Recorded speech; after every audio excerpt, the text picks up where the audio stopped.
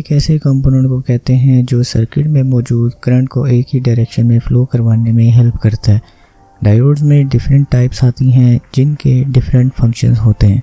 जैसे एक normal diode होता है, जीनर डायोड, और फिर एक शॉटकी डायोड आता है। शॉटकी डायोड ऐसे डायोड को कहते हैं जो हाई स्विचिंग पर्पस के लिए यूज़ होता है। जैसे कि डायग्राम में अगर हम दो डायोड्स का कंपैरिजन करें तो इसमें नॉर्मल डायोड का आउटपुट सिग्नल और शॉटकी डायोड का आउटपुट सिग्नल कुछ इस तरह से दिखाया गया है। शॉटकी डायोड का एक एनोड और एक कैथोड होता है और इसका सिंबल कुछ इस तरह से होता है। इसका इंटरनल स्ट्रक्चर कंपेयर करें तो नॉर्मल डायोड के अंदर 2p और n टाइप मटेरियल को कंबाइन किया जाता है, और अगर शॉटकी की बात करें तो इसमें n टाइप मटेरियल के साथ एक मेटल फॉर्म में p टाइप मटेरियल लिया जाता है।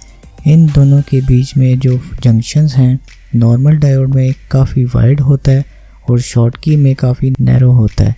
ये वाइड और नैरो रीजन्स हमें ये बताते हैं कि इन डायोड्स को एक्टिवेट करने के लिए कितने वोल्टेजेस चाहिए होते हैं। नॉर्मल डायोड्स का वाइड रीजन देखा गया है, इसको एक्टिवेट करने के लिए या कंडक्शन करने के लिए हमें 0.5 से 0.7 वोल्ट्स चाहिए होते हैं, जबकि शॉटकी के इंटरनल स्ट्रक्चर में डिप्लीशन रीजन काफ़ी नैरो है, इसलिए इसको एक्टिवेट करने के लिए हमें सिर्फ 0.3 वोल्ट्स की ज़रूरत होती है। फ़र्ज़ करें कि एक सर्किट में हमारे पास एक जगह नॉर्मल डायोड है और एक जगह शॉटकी डायोड है।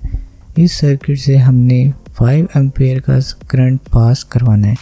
नॉर्मल डायोड के लिए हमें एटलीस्ट 0.7 वोल्ट्स चाहिए होंगे और शॉटकी के लिए 0.3 वोल्ट्स।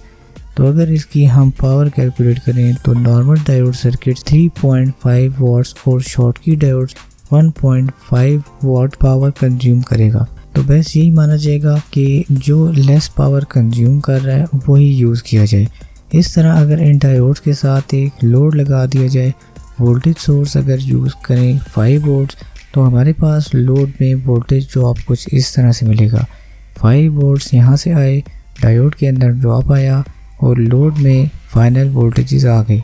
इस केस में शॉटकी में सबसे कम वोल्टेज ड्रॉप आया और लोड को ज़्यादा वोल्टेज रिसीव हो रहे हैं, जो कि एक पॉजिटिव पॉइंट है। शॉटकी डायोड को एसी एप्लीकेशन में अगर देखा जाए तो हाफ वेव रेक्टिफायर में ये होता है कि एसी करंट में पॉजिटिव हाफ साइकिल मौजूद होता है, जबकि नेगेटिव हाफ साइकिल रिमूव हो जाता है।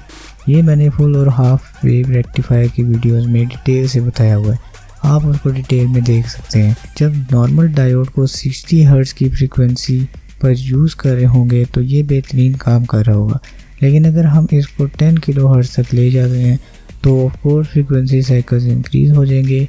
ज़्यादा होने की वजह से नॉर्मल डायोड इतना तेज़ी से नेगेटिव साइकिल को रिमूव नहीं कर पाएगा, जिसकी वजह से थोड़े थोड़े स्पाइक्स नज़र आएंगे और इन रिज़ल्ट हमारे पास प्योर आउटपुट सिग्नल नहीं मिलेगा। इसका मतलब यह है कि नॉर्मल डायोड फास्ट स्विचिंग नहीं कर रहा। इसके कंपैरिजन में अगर हम शॉटकी डायोड को लेके आएंगे तो उस फास्ट स्विचिंग की वजह से यहाँ पर कोई भी रिपल्स या स्पाइक्स नहीं नज़र आएंगे। इन शॉटकी डायोड्स का ये फ़ायदा है कि इसको हाई स्पीड स्विचिंग के लिए यूज़ किया जाता है, जिसमें एम्पलीट्यूड मॉड्यूलेशन और हाई पावर स्विचिंग एप्लीकेशन शामिल हैं।